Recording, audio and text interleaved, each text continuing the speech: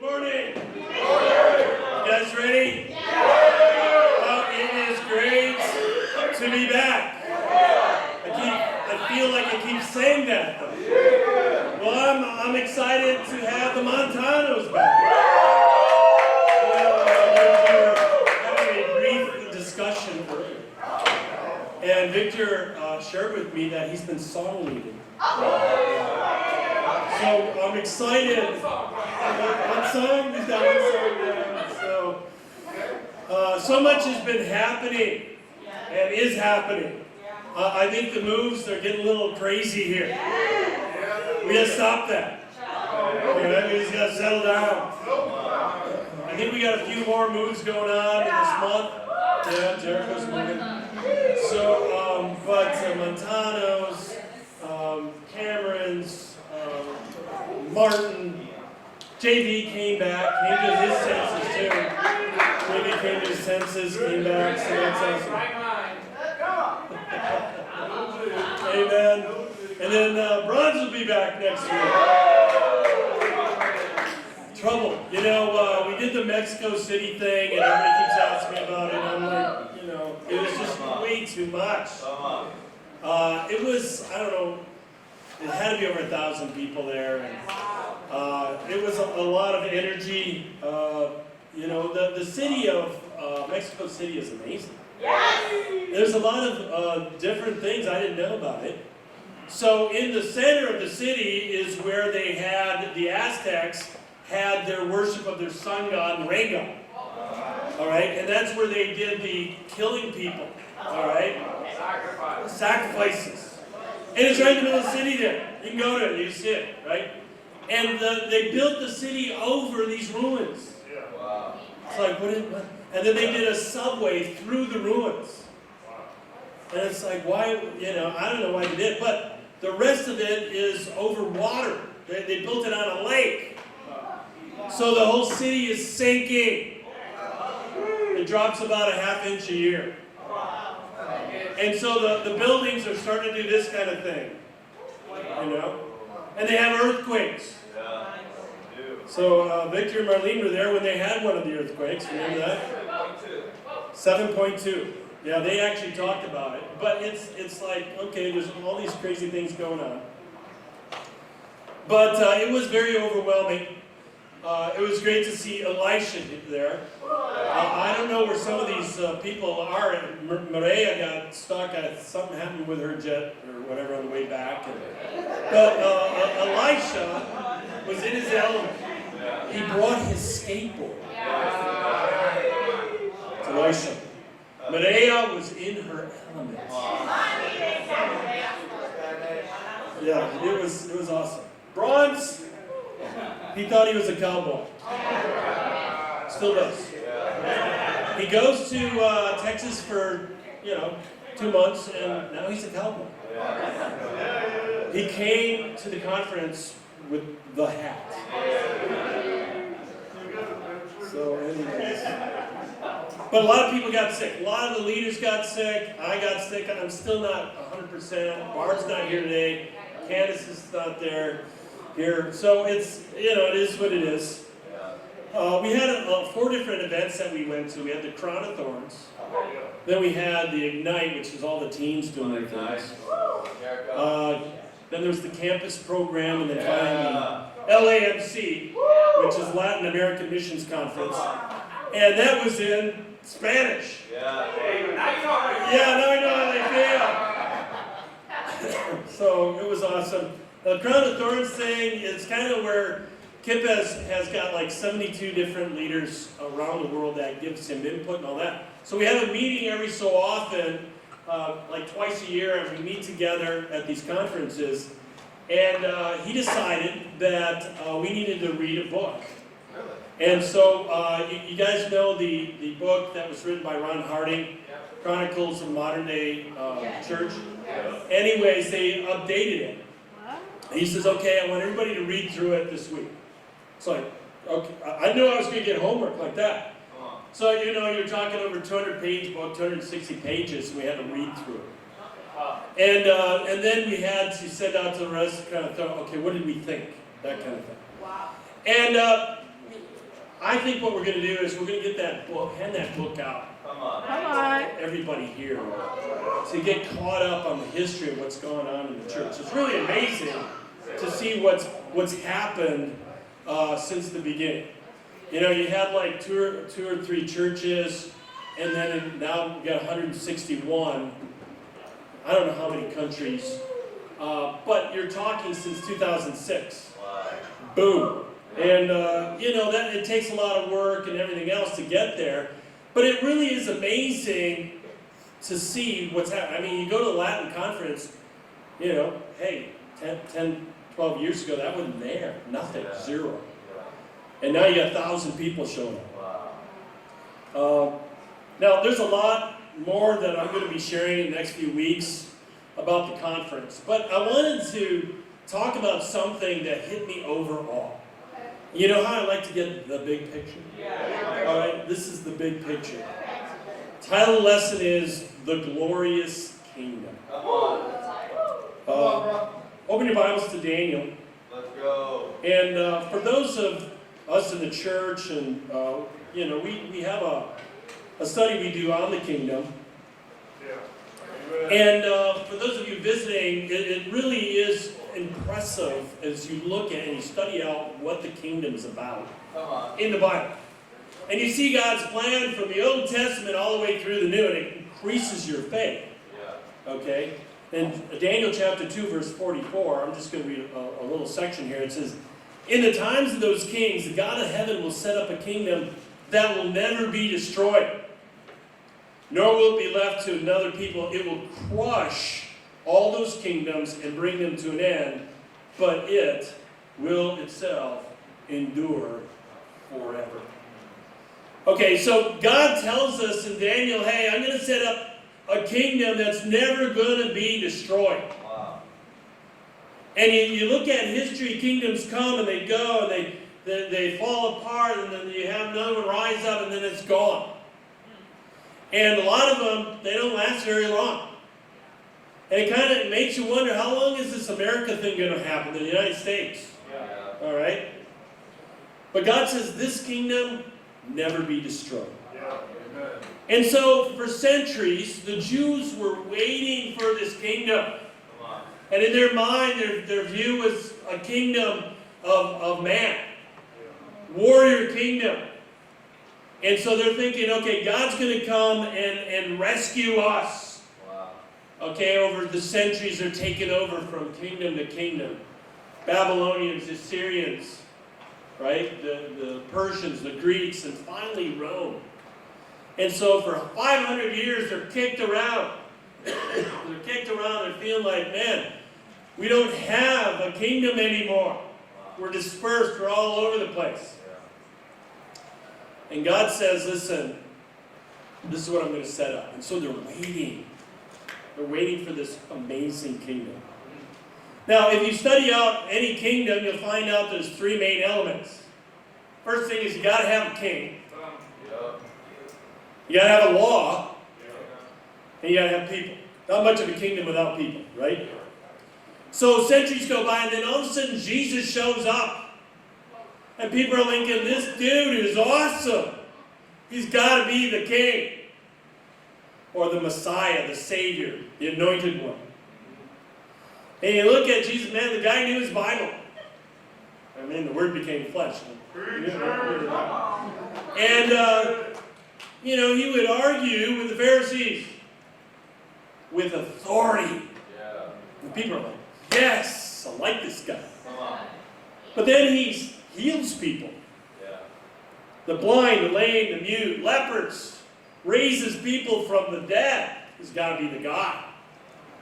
This guy's like, wow. And then he's in control of everything. He calms the wind and the waves. Whoa. How does that happen? He walks on water. That's amazing. Who does that?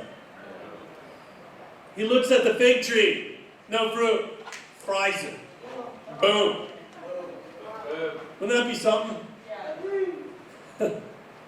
Catching fish. Hey, throw your net on the other side. Oh, we've done it. Oh, no, just do it. Too much fish. Thousands of people. Let's feed them. Well, we don't have any food. Yeah, what do you got? Yeah. Eat some bread, some fish. Okay, let's feed them. Come on. He's in control of everything. Yeah. And so these people are thinking, this has got to be the guy. Even the Pharisees believed it. In John chapter 3, verse 1, Nicodemus, he's a member of the Jewish ruling council, comes to Jesus at night and he says, we know you're from God. Yeah. All the Pharisees believed he was from God. No one could do the miraculous signs you're doing if you were not from God. And then Jesus himself says, I'm the king. Come on. Look in John 18. Come on, Come on, Jay. I'm going. John 18. I'm going. Verse 33. Okay, so he's been arrested. And he's standing before Pilate. Pilate's trying to figure this thing out. He's like, what's going on with this dude? John 18, verse 33. Pilate then went back inside the palace, summoned Jesus and asked him, are you the king of the Jews? Is that your own idea? Jesus asked. Or did others talk to you about me? Well, really? Am I a Jew? Pilate replied. It was your people and your chief priests who handed you over to me. What is it you've done? Jesus said, my kingdom is not of this world. If it were, my servants would fight to prevent my arrest by the Jews. But now my kingdom is from another place. You are a king then, said Pilate. Jesus answered, you are right in saying I am a king. In fact, for this reason I was born, and for this I came into the world to testify to the truth. Everyone on the side of truth listens to me. What is truth? Pilate asked. There's a lot going on in that little passage there. And, Jesus, he's being confronted by Pilate here. This is a simple question. Are you king of the Jews? So did you come up with that on your own? God's like, come on. Give me a break. These people are trying to kill you. And then he brings out a point. He says, my kingdom is not of this world. And a lot of times we don't realize, hey, this kingdom that Jesus is king over isn't a worldly kingdom. Yeah. It's a spiritual kingdom. Come on. And a lot of times in our world today, we don't understand what really a kingship is all about. Yeah. It's a lot different than a democracy. Yeah. In a democracy, we have a vote. Hey, when there's a king, you don't have the vote. You don't have the right. He says the way it goes. Yeah. And that's why a lot of people came to America, to escape the kingship, these different kings. And for us in our minds, we treat God this way. I have a vote. I have a right. Versus looking at Jesus as a king. Come on, Jay. A number of years ago, Barb and I went to Dubai, right? And there was a conference there, and I was talking to this sister who was in the church there. And she says, the king here has made it law that if you steal, they cut your right hand off. There's no stealing in Dubai. There's just not. And she shared about one time she went and bought some coffee at Starbucks or something, left, came back a few days later, buy another coffee, and the woman at the counter goes, oh, there's your change. You left it here a few days ago. Wow. That's intense. But this is how they stop people from stealing. Now, the scary thing is the king can change the rules as he wants to.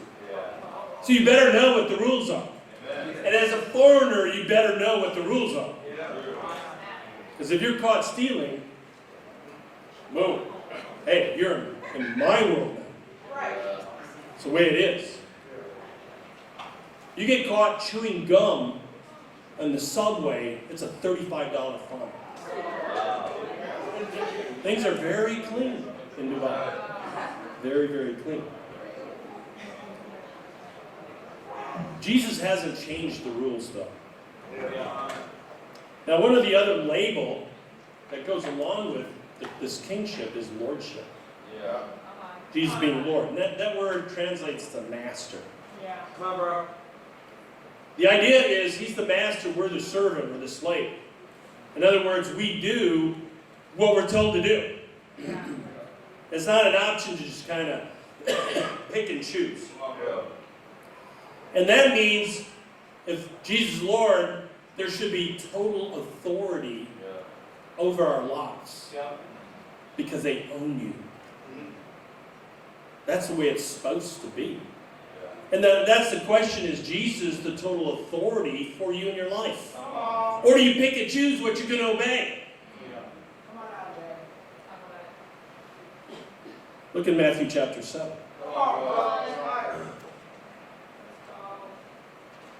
Matthew 7, verse 21.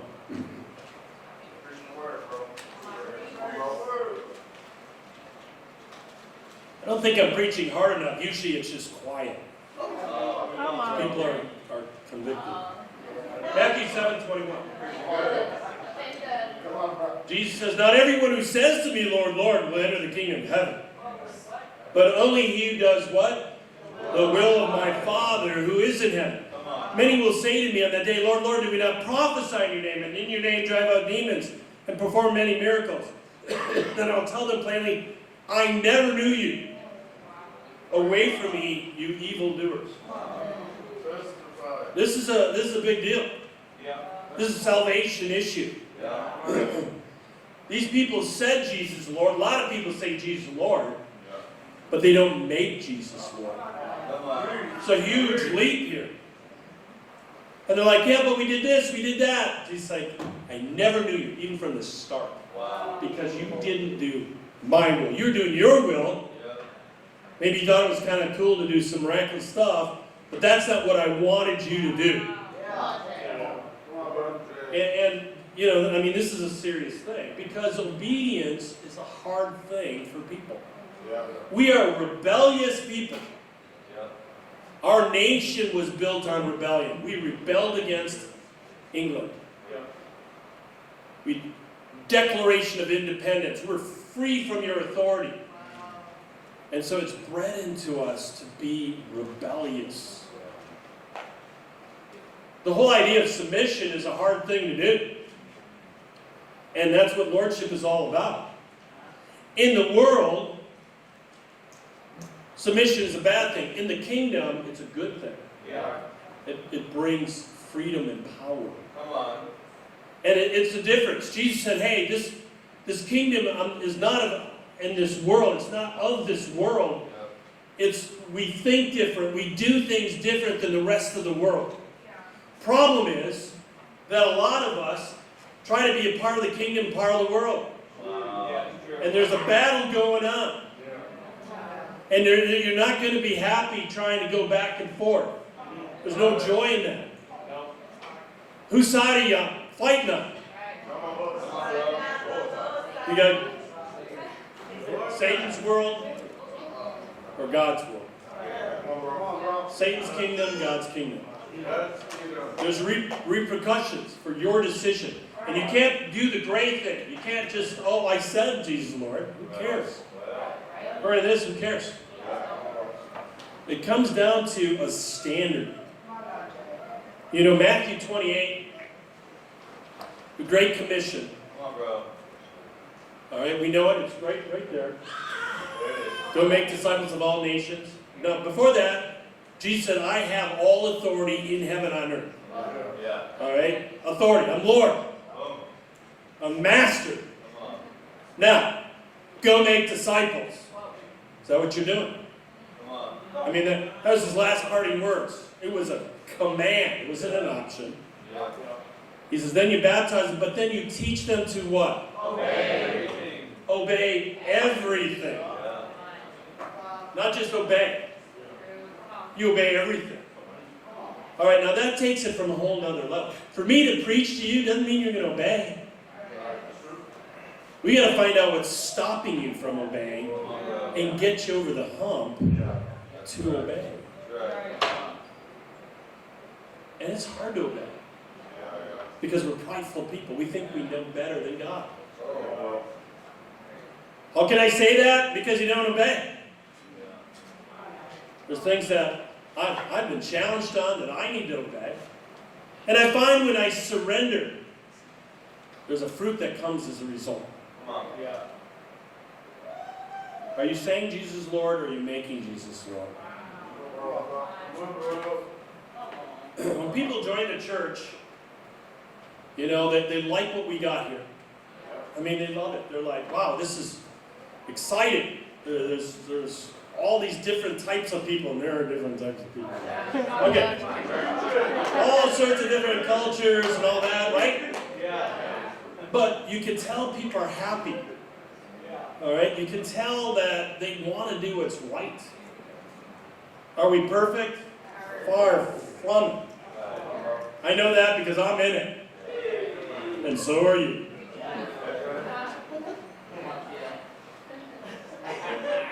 The tendency is to try to pull your old life back into the kingdom. Can't do that. It doesn't work that way. It's like getting married. You're married and you want to still live single, it's not going to work. Doesn't work. And you're married to Jesus here. And he's saying, there's a standard. I'm Lord. And you're not. And it creates a lot of conflict in our hearts. A struggle. We know it's right. We see it. People love us, this and that, but we want to fight it. We want to do it our own way. We suffer for it. I remember when I first joined the church, back in 1982. As I look back at that, I'm kind of embarrassed about what I was. Very embarrassing. You look back at pictures, oh my gosh, what was I thinking? Someday you'll do that. But I remember coming in, I got invited, I came in, and I had a lot of problems. I was a mess. Drugs, drinking, I was a bartender, all right? And I'm from northern Wisconsin, so I'm coming to church in bib overalls. Okay. I had an afro, because that's how my hair... That's how my hair is naturally. If I let it go, it does all sorts of weird things. And I was a college student, and I bought a truck. I paid $50 for it. And it was a 62 Chev truck that was white, and somebody painted it red with a brush. Very classic. And what happened over time is that it bled through and turned pink. See, I like pink.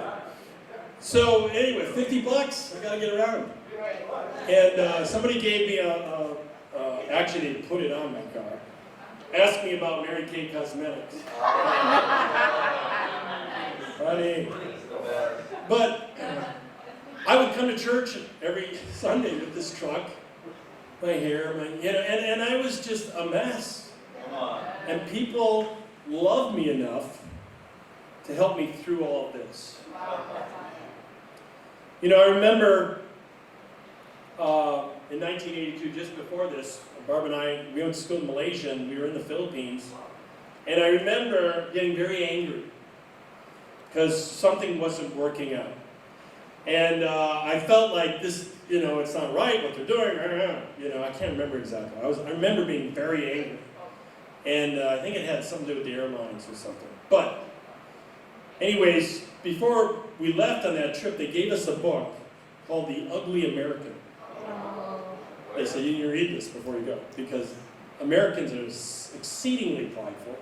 They think they deserve everything, and the world revolves around them. And I soon began to feel like that's the way it is.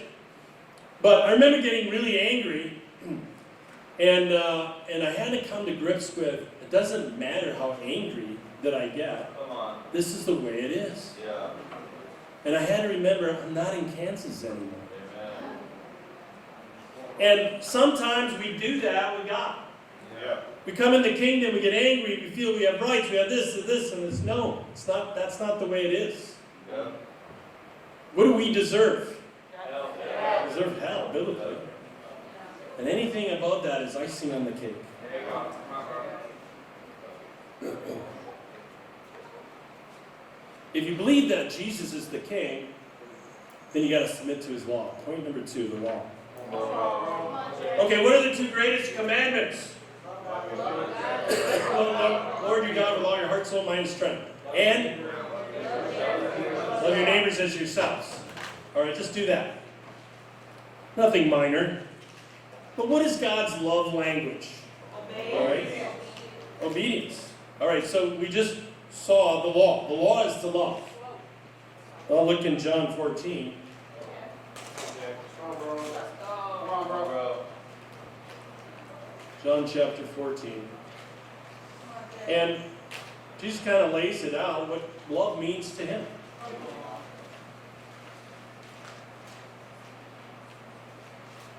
In verse 15. If you love me, you will what? Obey what I command. He just kind of lays it out. Well, maybe that's a glitch. Let's look a little bit. Verse 21. Whoever has my commands and obeys them, he is the one who loves me. Come on. Verse 23. Jesus replied, if anyone loves me, he will obey my teaching. All right, so we got that down. But even Jesus held to the standard in verse 31. But the world must learn that I love the Father and that I do exactly what my Father has commanded me. What Jesus does is he gives us a powerful visual aid of submission. Did Jesus want to go to the cross? No. He said, God, if there's any other way. A lot of times when I pray, that's what I think about. Man, you know, what God is calling to me is nothing compared to dying on a cross. And you see him having to wrestle through that. But submission to God is what we're all called to do. But once again, we're rebellious people. We hate the word submit. But imagine if everybody in the world obeyed the Bible. What would this be like? It'd be amazing. It'd be heaven. What if everybody in the church... You guys see where I'm going here? Submitted to the Bible. What would this church be like? That's what we're trying to do. And it's not going to do you any good to fight it. You fight it, you suffer for it. The fruit of doing this is Galatians 5:22. Love, joy, peace, patience, kindness, goodness, gentleness, faithfulness, self-control. That's the fruit of it. You like that stuff? Yeah. Then why are you fighting it? Why do you still want to live in the world? What does the world have to offer? Yeah. Oh my gosh. Look at the marriages. Look at the kids. Because they're not willing to submit to the direction. A lot of times we don't like submitting to the direction of the church. We just don't. And sometimes we'll say, where's that in the Bible? Well, we're working as a family here. There's certain things that aren't in the Bible. We've got to make decisions. Such as, we're going to worship 10 a.m. Sunday morning. Nowhere in the Bible. But let's work together to make that happen. Of course, some people are arriving a little bit later. I think 10:15 is what they're thinking. Maybe 10:30. Hey, Elisha made it. There he is.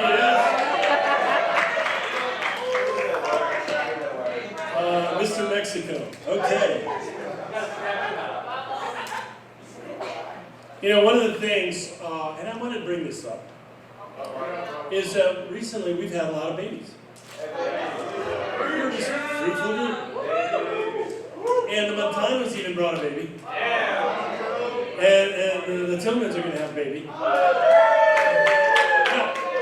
here's the thing we got to do. Now, nowhere in the Bible does it say, how do we handle babies in the church? Okay? So does that mean everybody had toss it to the next person? Is that what we do? Marlene, how would you feel about that? Brother comes up.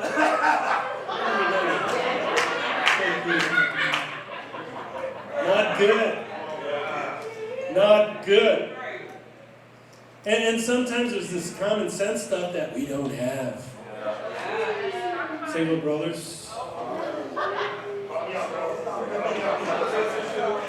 You know, there's still things that come out. I'm a little older.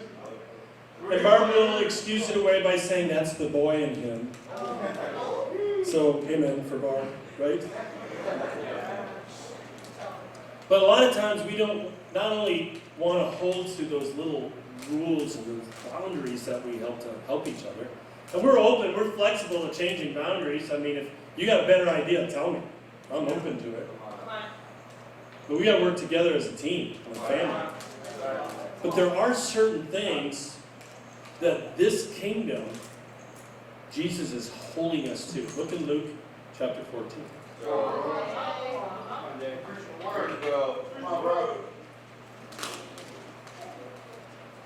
Chapter 14, starting in verse 25. Now everybody who becomes a member of the church studies this out. Verse 25. Large crowds were traveling with Jesus. Turning to them, he said, if anyone comes to me and does not hate his father and mother, wife and children, brothers and sisters, yes, even his own life, he cannot be my disciple. In other words, you can't even start. And anyone who does not carry his cross and follow me cannot be my disciple. Oh. Suppose one of you wants to build a tower. Will you not first sit down and estimate the cost to see if there's enough money to complete it? For if he lays the foundation and is not able to finish it, everyone who sees it will ridicule, saying this fellow began to build, was not able to finish. Or suppose a king is about to go to war against another king. Will you not first sit down and consider whether he is able with 10,000 men to oppose someone coming against him with 20,000? If he's not able, he will send a delegation while the others still longer off and ask for terms of peace. In the same way, any of you who does not give up everything he has cannot be my disciple. All right, this in my Bible it's all in red, so that means Jesus said it. And he's the king. And he's saying, you want to be part of the kingdom, this is what it's going to take. And who's he talking to? Oh, just the ministers? No, if anyone comes to me. And he's kind of laying it out. It's pretty heavy duty, but it's his standard. He's the head of Christianity. Jesus' words. First he says, I'm number one and above all other relationships, or forget it. He says you got to carry the cross. You got to deal with sin. You're not going to have a relationship with me and keep sinning. Unacceptable. Then you got to follow me. You got to do what I do. That's what Christianity is supposed to be. You're not given the title of being a Christian just because you show up on Sunday, because you wear a cross. That's not Christianity. Follower of Jesus means they do what Jesus did. He's laying it out right here. Then he says you got to count the cost. In other words, hey, there's no divorce in this relationship. This isn't just a nice idea. And some people come to the church with that. Wow, I want to be a part of this. A lot of people want it. Why? But they want to take. Feed me. Give to me. Here am I. Serve me. It's like, no. Yeah, follow Jesus. Is that what Jesus did? No. Jesus was a giver versus a taker. He gave his life. And we got to understand that the reason why it's awesome is because people are loving each other and giving to each other. And so you get a lot of people who want to just, or they'll do everything it takes to get in the church and then try to renege on it. And you can't, because he says you count the cost. He says, I don't want anybody mocking the church, mocking me or you. And then he brings up this whole thing about one king going to war against another king. So you got two kingdoms. All right? God's kingdom is more powerful. Oh, yeah. Your kingdom, not so much. And Jesus said, eventually you're going to lock horns with me. Are you with me or are you going to fight me? And a lot of people fight and they suffer for it. And Jesus is saying, hey, listen, if you're smart, you're going to send a delegation. Find out what it's going to take. Yeah. And then he lays it out. What is it going to take? He says, you must give up everything. Yeah. 100% surrender. That's what lordship is. Jesus is Lord, not just saying it. You've surrendered everything. What's everything? Everything. Now the crazy thing is, Jesus is already in control. You can't do anything without him. Can't breathe without him. Can't keep your heart beating and all these things. But we're going to fight God. Wow. Easy. Come on, bro. You don't want that love, joy, peace, patience things. You want to still be selfish. And you want to go back to your old life. How was that? And Jesus is saying, listen, I'm giving you an out. You're going to be part of a powerful kingdom that will never be destroyed. What? You got to give up everything. And Jesus is saying, I gave up everything. I'm in it. Are you? Yeah. And this is a hard thing because most people have never surrendered everything to anything. Even in marriage. And that's why it goes bad. Question is, are you all in the church? Come on, bro. Yeah. Are you 100%? Not just with me, but with God. Come on, bro. Come on, Jay. This isn't a social group. People want to treat it like that. No, this is what we're going to do. We're going to call people back to the standard. Yeah, come on. I've talked to many ministers who, yeah, I agree with it, I won't teach it. People won't do it. Well, then they're not disciples. They're not Christians. Come on, Jay. True. Breathe, bro. You got to continue in the walk. And a lot of people give up. They quit because they give into the challenges of the relationship with God. In other words, you walk with Jesus, you're going to get persecuted. Yeah. Jesus said that. You're going to get it. Something's going to happen to you. In fact, if it doesn't, something's wrong. That's what it says in 1 Timothy. The other thing is that people, they don't want to give up their sin. They keep staying in. And then they have issues with other disciples. And, I don't like how things are being done in the church. I don't like that preacher. I don't know. I don't like how he leads this thing. He's got problems. Yeah, well, we all do. I don't like my purpose anymore. I don't like sharing my faith. I don't want to challenge people on sin. I don't want to do that. Come on, bro. Well, if you don't give people boundaries, it can get pretty ugly. Yeah. If you have teenagers, you know what I'm talking about. Because they'll, any little nook and cranny, they're going to find that thing and try to get around it. All right? You know what I'm talking about because that was you. Teenagers at one time. No, you were the perfect teenager. Right.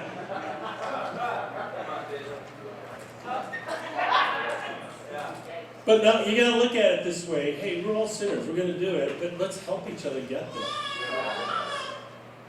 And if there's a sin issue, then let's deal with it. Don't walk away. Don't abandon the family. Don't abandon the kingdom. And usually people make up excuses for why they live. They don't want to look at the miracles. They want to look at how hard it is on them. Well, the only thing that makes it hard is them fighting God. Come on, bro. Point number 3, we're going to close here, Colossians chapter 1.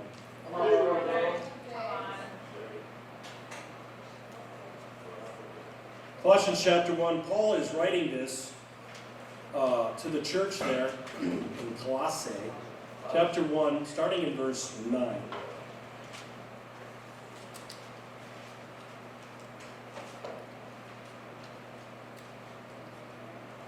Point number 3, the people.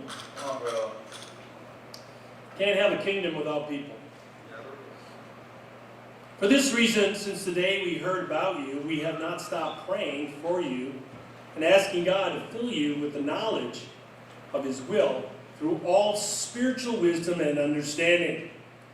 And we pray this in order that you may live a life worthy of the Lord and may please Him in every way, bearing fruit in every good work, growing in the knowledge of God, being strengthened with all power according to His glorious might, so that you may have great endurance and patience, and joyfully giving thanks to the Father, who has qualified you to share in the inheritance of the saints in the kingdom of light. For He has rescued us from the dominion of darkness and brought us into the kingdom of the Son He loves, in whom we have redemption, the forgiveness of sins. By the way, this is a great passage for different denominations who believe that the kingdom's not here yet. This one talks in the past tense, verse 13, for He has rescued us from the dominion of darkness and brought us into the kingdom. Paul's writing this, he's including himself. But you look at what he's saying here. He talks a lot about what the church is to be like and what it does for us. And he says there's a kingdom of darkness and kingdom of light. There's no gray area. Right. Come on, bro. We want the gray. That's what the world wants. They don't want to feel guilty, but they don't want to give up sin. And he's saying if you're either in light or you're in darkness, there's no gray area. Right, bro. But let's look at all the things it says. Come on, bro. And remember, I told you about me coming into the kingdom. It was like I was a mess. And this is what it did for me. All right? I look at the kingdom as a treasure. Yeah. Do you? Come on, bro. Or is it becoming a burden to you? Oh, I got to get in the study with someone. Oh, I got to help someone move. Oh, yeah. Okay. So, first thing he says is, we have not stopped praying for you. That's one of the things I love about the church. People pray for each other. Yeah. You know, I pray for every single member every single day. It makes me think about you. Come on. Every day. To stay connected. But Paul says, you know, I prayed for you. Do you pray for each other? Yeah. Well, that's what I appreciate about the kingdom. I need prayer, guys. Hey, bring it on. As much as you can. Then he says that he's been filled with the knowledge of spiritual wisdom and understanding. You're being given a lot of spiritual wisdom. There's a worldly wisdom and there's a spiritual wisdom. Yeah. The world doesn't have the answers. Yeah. True. It's scary what's going on out there, and it's getting worse. I'm scared for my grandchildren. What's gonna be around when they're my age? What's this gonna look like? It seems like it's screaming in sin, Yeah. screaming into just destruction. And God says, listen, I can give you spiritual wisdom so you can see past the here and now. So you can see through all that gray because you have the light. And so that means we need to think different. We need to think like Jesus. Come on. Verse 10, he talks about the teachings to live the right life. There's a shift in how you live and how you walk that doesn't bring guilt, but it brings joy.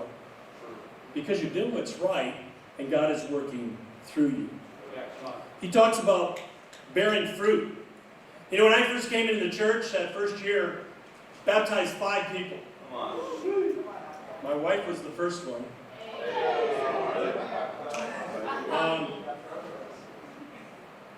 We had been dating before. But here's the thing. 5 people, do you think I knew what I was doing? No idea, not a clue. And I had to learn and watch how these people were able to make disciples. But God still used me. And I thought, this is amazing. That I can be a part of changing someone's eternity. I mean, imagine God's faith in us. Yeah, I'm going to trust you with this person's soul. That's like freakish. You know? Sometimes we have a hard time letting people do anything. God says, I'm going to hand them to you for you to rescue them. And it's amazing because you feel like, man, I'm having an effect, an eternal effect. That does something for your soul. Changing people. Rescuing people. And he talks about the power to overcome, the power to say no because of the cross. And he says, with all power according to his glorious might. God says, listen, my spirit is in you. You have power. The power that created the universe is in you. There you go. Come on. And it's glorious. And that's why the kingdom is glorious. Go. He says, I'm going to give you great endurance. All these things because I am with you. And then he talks about this inner strength. You know, your character begins to change, and no longer are you the brunt of jokes. And that's how I felt when I first came into church. But now, people respect me. People want to be like me. And that's what God does through the kingdom to help you. That your life is such that people want to imitate you. That's what this brings. It's an amazing thing. Then he talks about joy. Joyfully giving thanks. Well, I can remember my joy level skyrocketed. Because I was so negative in my thinking, and I had to learn to only think the way Jesus did. The faithful thinking. And it transformed my life. And gratitude for the kingdom. And he talks about it in verse 12. And I truly felt rescued. Did you guys feel rescued? Yeah. Do you still feel rescued? Yeah. You dodged a bullet. Amen. You need to act like it. We can get prideful. You know, I see the church here, and it is glorious. You know, we talked about moves, we joke about that, but it takes a lot of work. I was thinking, you know, we've probably got over 12, 14 moves, if not more. That's a lot of moves. And I think about the littles that this church does that people don't know about. You know, Barb and I and Candace have been sick, and people have been bringing stuff over to encourage us. You know, Paige and Amber came over the other night, and I opened the door, and they're like, Vlad came over from, he made his Haitian tea. That's supposed to take everything out of you. Haitian tea. Very interesting stuff. But this is people thinking, not only thinking about, but going the extra mile. Where do you find them? That's what the kingdom is to be like. And this kingdom will never be destroyed. It's lasted 2,000 years. It's going to keep going, long after we're gone. I just want to share how grateful I am for you. You guys make me look good. I've shared that before. People talk about what's going on in Milwaukee. And I appreciate what Shane said in the beginning in his welcome. It's like to see what has happened here. If we hadn't sent out 20-some people, we'd be 150 people by now. But we send out leadership. 7 full-time staff in the last year and a half. Wow. 20-some people in the last year and a half. That's crazy. Planting Louisville. Pillar Church for Russia. Yeah. That's crazy. This small little group. That's how God encourages us. You know, I think, I'm going to close with a challenge here. I want you to embrace God's plan for your life. Don't fight it. There's too many people who need the kingdom. It's a glorious kingdom. We have this light in a dark world. Yeah. And we need to be able to go beyond where we're here now. Learn what to do and transform lives. You know why the kingdom is glorious? Because we have a glorious king. We have a glorious law. And we have you. And that's why it's glorious. Let's change Milwaukee. Let's change Wisconsin. Let's change the world through this glorious kingdom. Amen.